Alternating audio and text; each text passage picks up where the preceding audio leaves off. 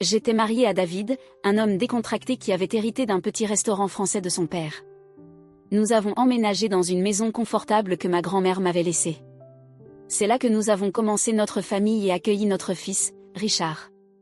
Les premières années, David et moi nous asseyions sur notre terrasse le soir, après que Richard se soit endormi. Nous parlions de notre avenir, économiser pour une maison plus grande, peut-être avoir un autre enfant. David se voyait toujours avec une bière à la main, tandis que je rêvais de donner à Richard la meilleure éducation possible, espérant qu'il pourrait aller à l'université sans avoir à lutter avec des prêts étudiants comme je l'avais fait. La vie était simple et heureuse. Mais avec le temps, les choses ont changé. J'ai progressé dans ma carrière, mais David semblait satisfait de garder le restaurant tel quel. Il est resté petit et confortable, mais il ne rapportait pas assez d'argent. Un soir, en nettoyant après le dîner, j'ai abordé le sujet. David, as-tu pensé à ajouter de nouveaux articles au menu ou à apporter des changements pour attirer plus de clients? David, frottant une assiette un peu trop fort, répondit, pourquoi réparer ce qui n'est pas cassé? On va bien. Mais on pourrait faire bien mieux, ai-je dit, en m'essuyant les mains avec un torchon. David jeta l'assiette avec frustration. Pourquoi tu pousses toujours? Tu peux pas juste être contente de ce qu'on a? J'en ai marre que tu veuilles toujours plus.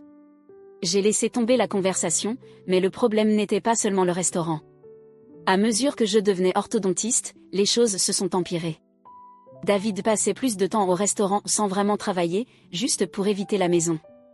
De plus en plus souvent, il allait chez sa mère Rachel. Une nuit, après qu'il ait passé une autre soirée là-bas, je l'ai confronté. Tu es encore allé chez ta mère hier soir, David. Quand tu es là-bas, tu penses que c'est qui s'occupe de tout ici? Il a juste roulé des yeux et a posé ses clés sur la table. Oh, allez. Maman me comprend. Elle ne me critique pas sur l'argent ou sur le travail. Cela m'a fait mal, surtout que je couvrais ses dépenses, envoyant même $1000 par mois à Rachel pour l'aider. Il devenait de plus en plus difficile de payer toutes nos factures.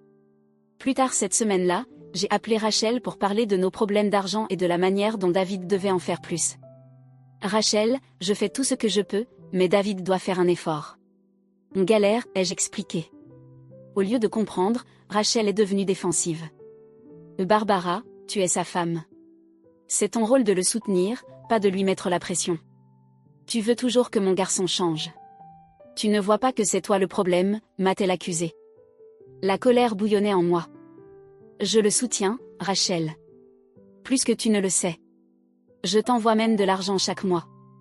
Comment peux-tu dire que je suis le problème? Tu crois que je suis une chercheuse d'or? C'est moi qui compte chaque centime juste pour qu'on s'en sorte, ai-je rétorqué, ses paroles me piquant. Elle a raccroché sans dire un mot de plus.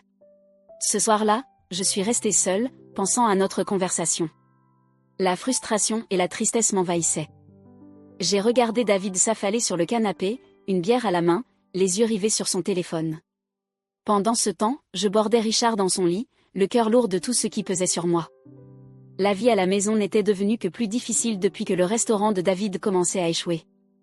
Il avait dû licencier ses employés un par un jusqu'à ce qu'il ne reste plus que lui, juste lui à faire des pizzas dans un coin tranquille de la ville. Même alors, l'entreprise continuait de sombrer jusqu'à ce qu'il ne puisse même plus payer les factures. Le jour où il a fermé définitivement le restaurant, il est rentré chez nous l'air brisé. Mais il y avait autre chose dans ses yeux. Défiance. Ce n'est pas la fin. Ce n'est qu'un contretemps, dit-il, essayant de rester forte en accrochant son tablier pour la dernière fois. Je suis restée assise à la table de la cuisine, les factures éparpillées partout comme un désordre que je ne pouvais ignorer. Un contretemps, David? Le restaurant est fermé. On a besoin d'argent, et on en a besoin maintenant, ai-je dit. Son orgueil était blessé et il se tendit.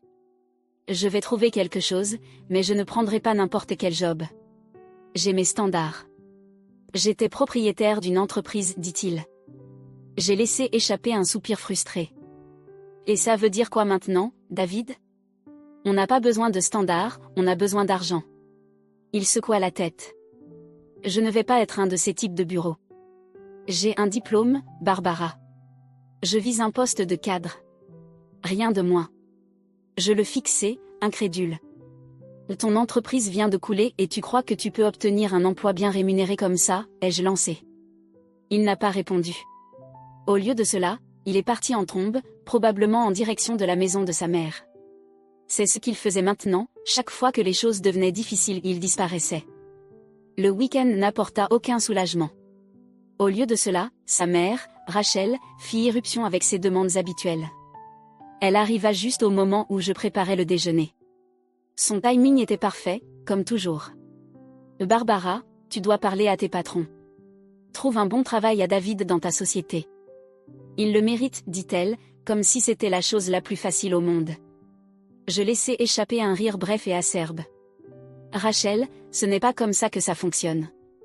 J'ai commencé tout en bas et j'ai travaillé pour arriver là où je suis. On ne donne pas des postes de haut niveau juste parce que je demande, répondis-je. Elle plissa les yeux. Et tu ne veux juste pas qu'il réussisse. Tu as peur qu'il te surpasse, m'accusa-t-elle. Je pris une profonde inspiration, gardant ma voix calme malgré ma frustration.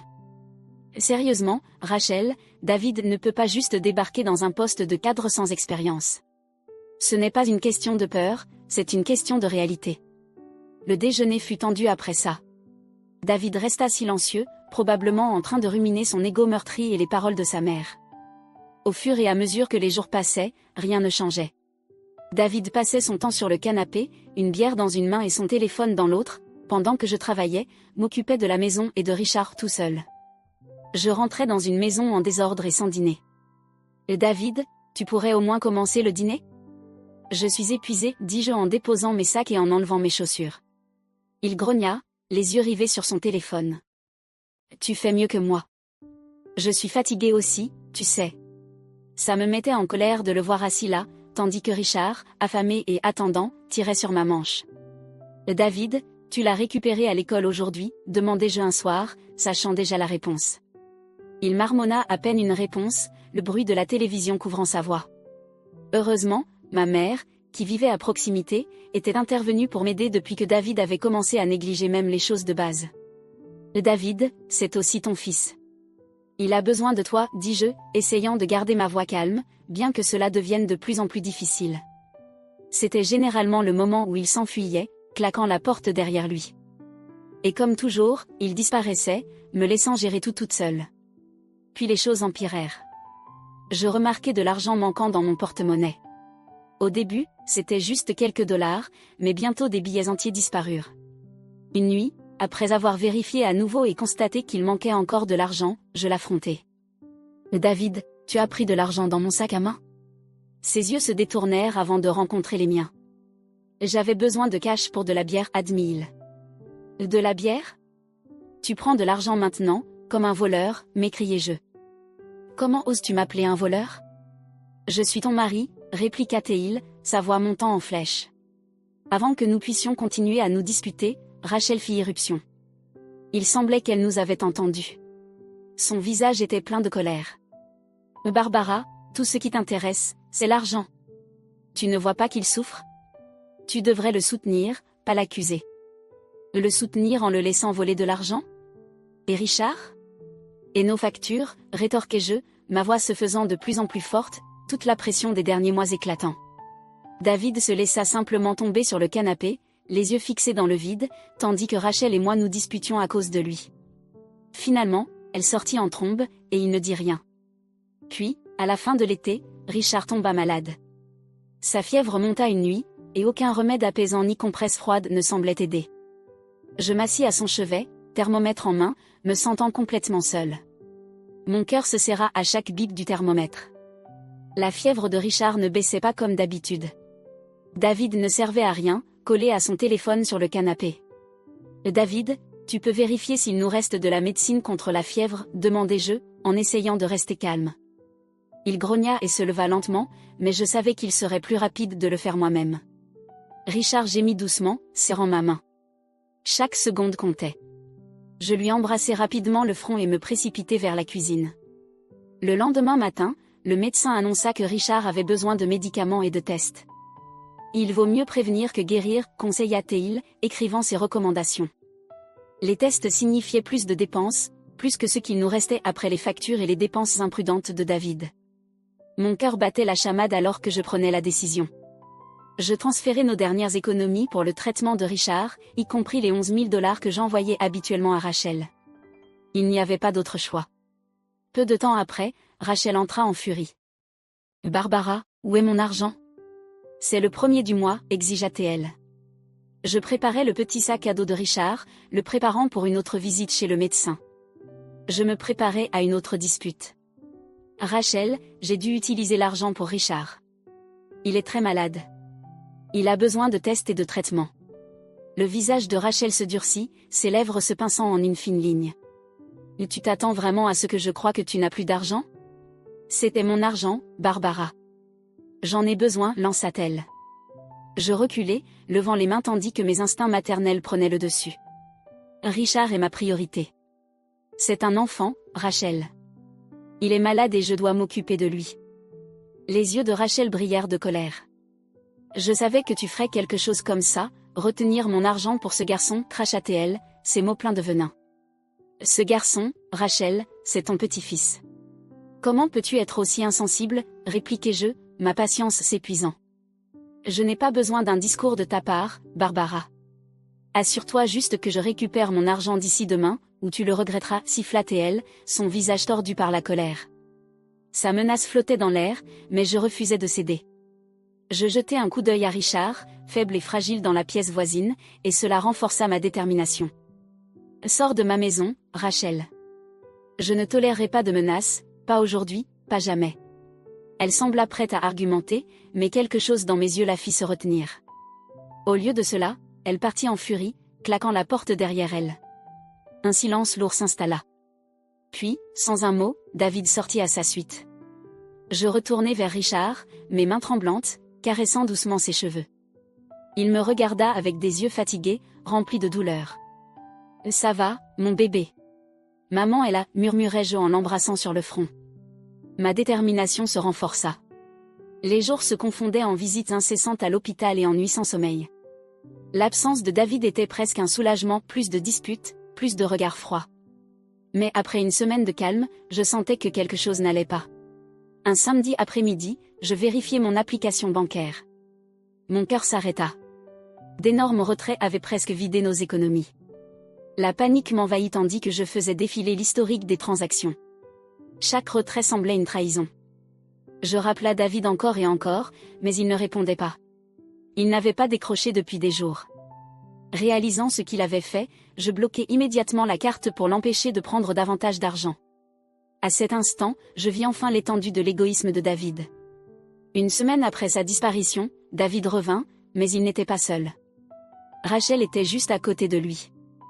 Ils me trouvèrent assise sur le sol du salon, entourée des jouets de Richard et des piles de factures médicales impayées. « Barbara, nous avons des nouvelles, dit David en souriant. J'ai gagné à la loterie 200 millions de dollars. Et non, tu ne verras pas un centime de ça. Je demande le divorce. » La pièce tourna autour de moi. Et Richard, parvins-je à murmurer. Rachel laissa échapper un rire froid et moqueur. Oh, Barbara, toujours en train de jouer à la martyre, se moqua-t-elle. Tu as sous-estimé mon fils. Maintenant, il est riche, et toi, tu n'es rien. Il trouvera quelqu'un de mieux, quelqu'un de plus jeune. David hocha la tête, saisissant un sac de sport posé par terre. Ouais, je vais emménager chez maman. Tu te débrouilleras toute seule, non, dit-il avec un sourire narquois. Rachel sourit aussi, passant son bras autour de lui. Laisse-la laisser la chercheuse d'or se noyer dans son bordel. On a mieux à faire, dit-elle avec suffisance tandis qu'il sortait par la porte. La porte se ferma derrière eux. Trahison. Abandon. Vol. David était parti, me laissant seul avec rien d'autre que le chagrin et une montagne de problèmes. Mais à mesure que le choc s'estompa, quelque chose d'autre monta en moi, la détermination. Il pensait pouvoir me briser, me laisser sans rien. Je ne les laisserai pas faire. D'une main ferme, je pris mon téléphone et appelai mon avocat. David avait utilisé notre argent commun pour acheter ce billet de loterie, et je me battrai pour ce qui m'appartenait de droit. Je veux contester les gains, dis-je à mon avocat. Il était prudent mais me soutenait. Ça va être un combat difficile, Barbara, mais nous ferons tout ce que nous pouvons, me dit-il, m'assurant de son soutien.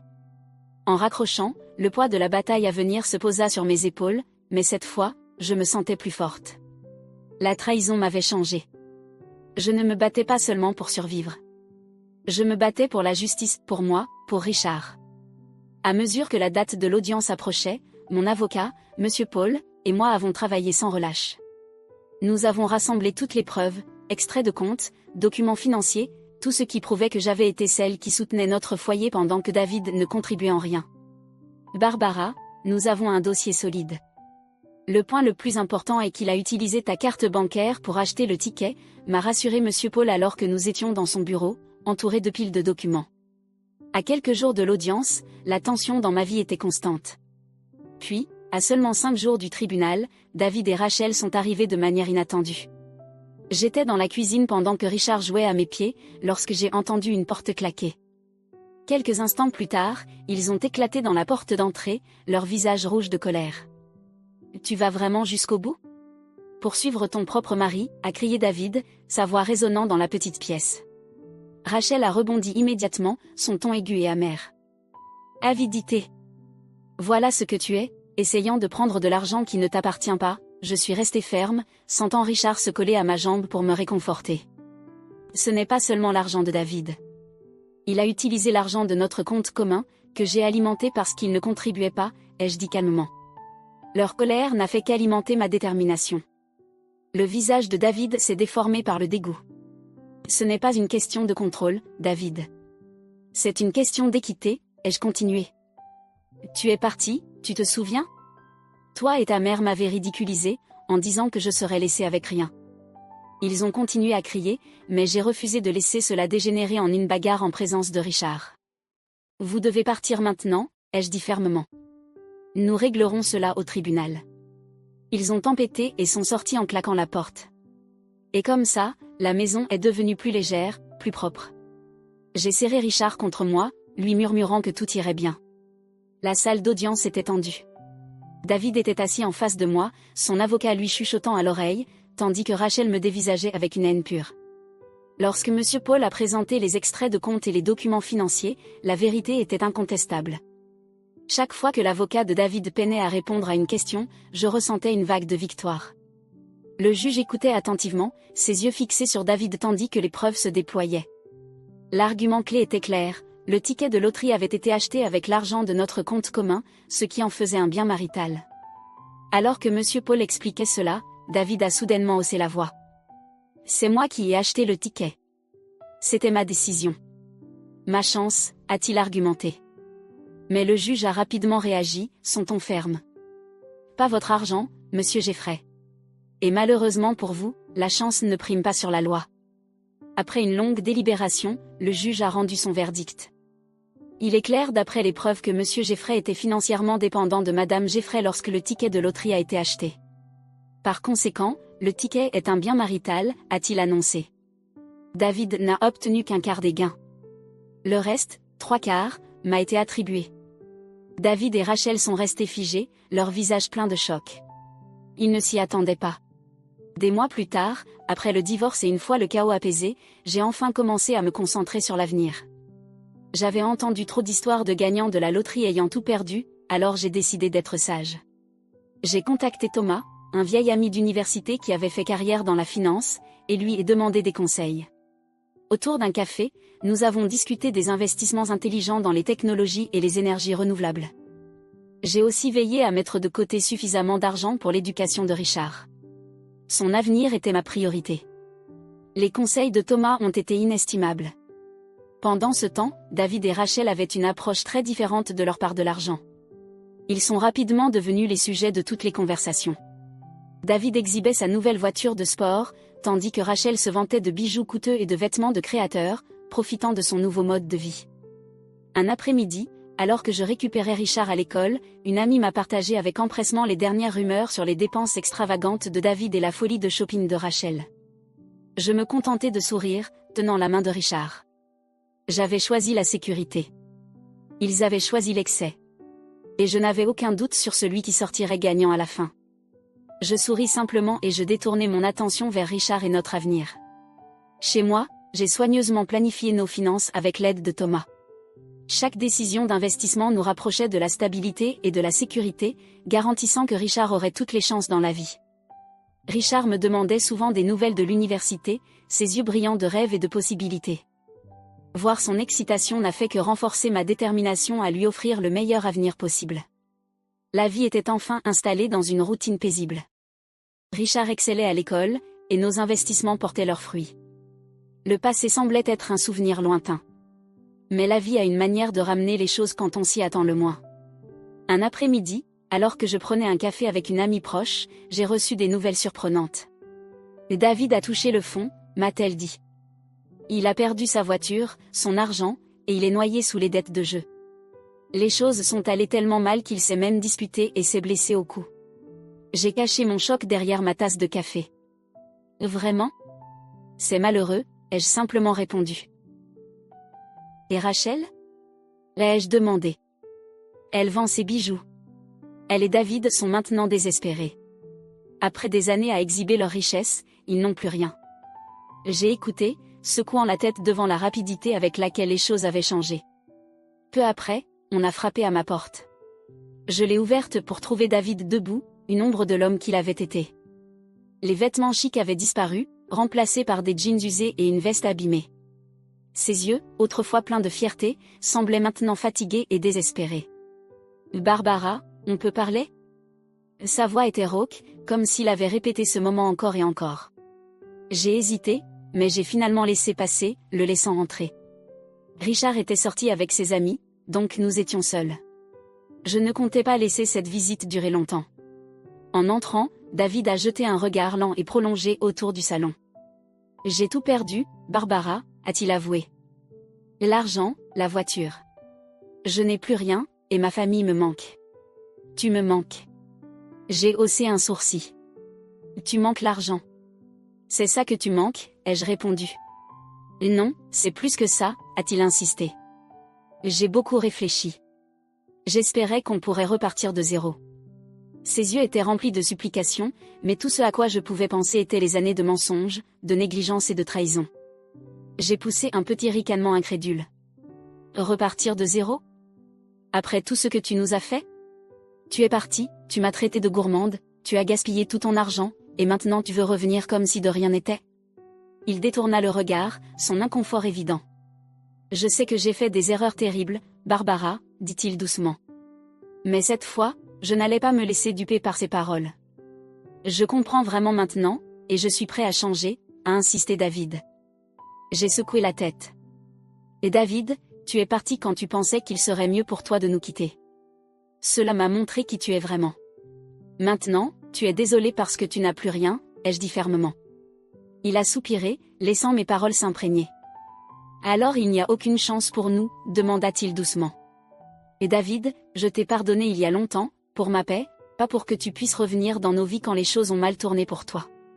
Richard et moi allons très bien, et je compte bien que ça continue comme ça, ai-je dit avec un cœur lourd. J'ai regardé pendant qu'il se tournait et s'éloignait, ses épaules voûtées alors qu'il disparaissait dans la rue. J'ai ressenti quelque chose changer en moi. Un chapitre de ma vie était enfin clos. Plus tard dans la journée, j'ai récupéré Richard à l'école. Son rire remplissait la voiture, chaud et lumineux, me rappelant les vraies richesses de ma vie. Aucun gain à la loterie ne pourrait jamais égaler l'amour, la joie et la paix que nous avions construits, ensemble.